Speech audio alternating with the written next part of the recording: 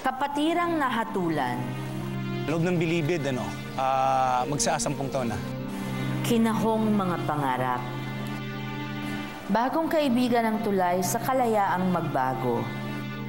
Napakilala sa akin ng isang kaibigan si Gang Badoy. And nag-start kami ng July 7, 2007. Nagko-coordinate kami na mag-organize kami ng mga concerts dito, libreng concerts para sa mga inmates. Mga kapatid, ang tatawagin ko po on stage para tayo ay samahan ay isa po sa naging susi para po dumagundong ang musika dito sa Bilibid ngayong gabi. Mike Alvir! Siyempre, kilala natin si Mike. Hello, Mike! Hello. How are you? Maraming salamat. Siyempre, si Mike kilala nyo sa Rock Ed, di ba? Paano natulungan, Mike, ng musika ang mga inmates dito sa tingin mo?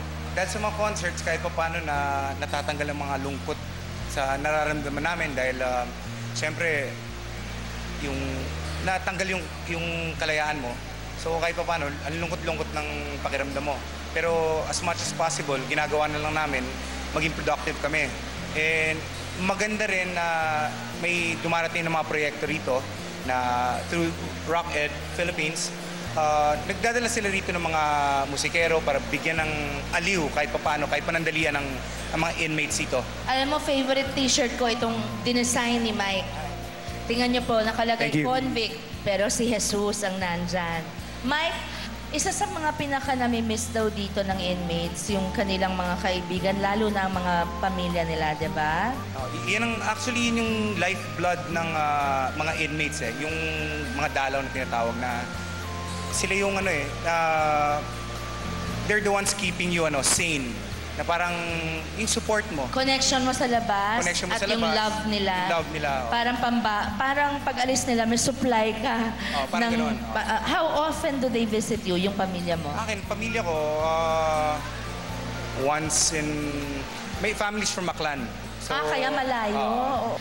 Lagi mo raw namimiss ang pamilya mo. So, actually, may sorpresa kami para sa'yo, Mike, dahil sa ginawa mo para sa amin na makapiling ang inmates dito sa NBP. Kami naman ang magbibigay ng sorpresa sa ating kapatid na si Mike. Tumingin ka sa left mo. Nandito po ang kanyang pamilya ngayon. Okay, para punta... Anong masasabi mo, Mike? Ayos. Okay lang. Okay. Thank you. Si Mike, nahiya si Mike. Jai lang ba? Nako naman. Macho. Macho lang. Hindi iyak yan. Ano pong gusto niyo munang sabihin kay Mike? Marami po siyang kabutihang ginagawa dito sa loob. Nagpapasalamat pa rin kami kahit nandito siya. At saka umaasa kami na sa... Sandali po, Mami. Ating linawin po. Nalalapit niyang maglabas. Hindi, Nay. Sabi niyo po, Mami, nagpapasalamat kayo't nandito siya. Kahit nandito siya. Nagulat ako, Mami. Umaasa po kami. Akala ko happy kayo, wala siya sa inyo. Sa nalalapit niya na paglabas po. Nalalapit. Pagdadasal natin yung malapit na paglabas ni Mike, di ba? What about your brother? Richard! Ano masasabi mo sa iyong kapatid? Ipagpatuloy niya lang yung pagtulong sa mga inmates. Actually, lahat ng mga ginagawa niya, tumutulong din ako sa parang nagiging support pag may mga kailangan siya. Napakabuti niyo naman kasi pwede namang relax ka lang. Pero talagang nasa puso po ng anak niyo ang makatulong. Galing din po yun sa inyo, Mami. Po, Ma'am Sharon. Po, maraming salamat, Mami. Thank you, Richard. And thank you, Mike Alvir. Palakpakan po natin sila. Tunay ngang walang makahihigit pa sa dalaw ng minamahal sa buhay. Hindi po ba ang iyong sariling pamilya? O pamilyang pinili mo kung hindi man doon ka na ipanganak, di ba? Ang dalaw ng pamilya can be mga kaibigan at syempre mga kadugo. Ang init sa lamig sa mga pader dito po at sa rehas ng Bilibid. Yan pong init ng pamilya, hindi ba? Yan. tumatagal po ito kahit umuwi na ang dalaw. Sabi ko nga kay Mike kanina, nagiging baon po ninyo ang bawat yakap nila, bawat halik nila, bawat sabihin nila na mga salita ng pagmamahal sa inyo. Diyan din po kayo siguro kumukuha ng lakas. Ano po mga kapatid? Sana naman sa inyong mga kamag-anak at mga kaibigan, wag naman kayong limuting minsan-minsan. Mas masarap sana kung mas madalas na dalawin at pakitaan ang pagmamahal, hindi ba? Kasi minsan ay nagsama rin naman kayo ng masaya. Ayan. Okay, so para po sa inyong lahat ito, galing po sa kaibuturan ng aking puso. Para po sa gabing ito, hindi po tulad ni Mike na kasama ang kanyang ina at kapatid ngayon, hayaan niyo po sanang ako muna ang inyong maging mapagmahal na mahal sa buhay, pamilya, at kapatid.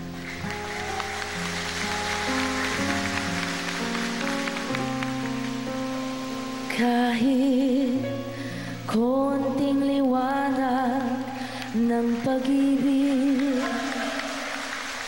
ang igawan sa pusong may lialin, ang pag-asa'y aking nakikita at ang ligaya'y nadarama.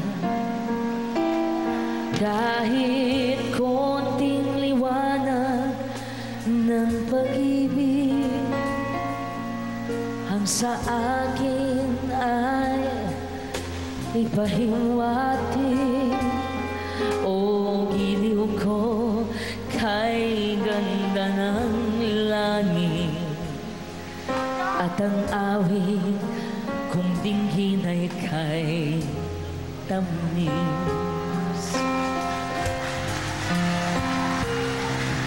Kahit konting patingin kung manggagaling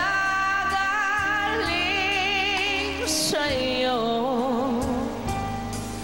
ay labis ko na ligaya dahil sa ikaw ay mahal ko.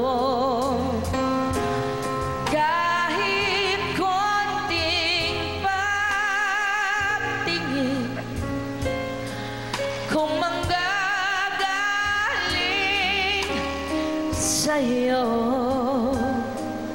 ay labis ko ng ligaya dahil sa ikaw ay mahal ko. Kahit konting patingin kung manggagaling sa'yo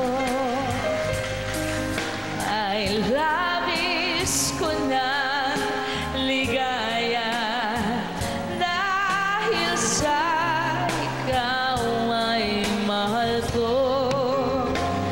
Kahit konting patingin kung manggagaling sa'yo ay labis ko ng ligaya dahil sa kayo ay mahal ko.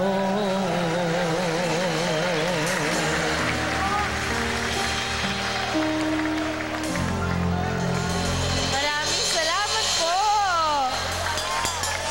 Salita mo ay ginto, mga pangakong nakakabahala.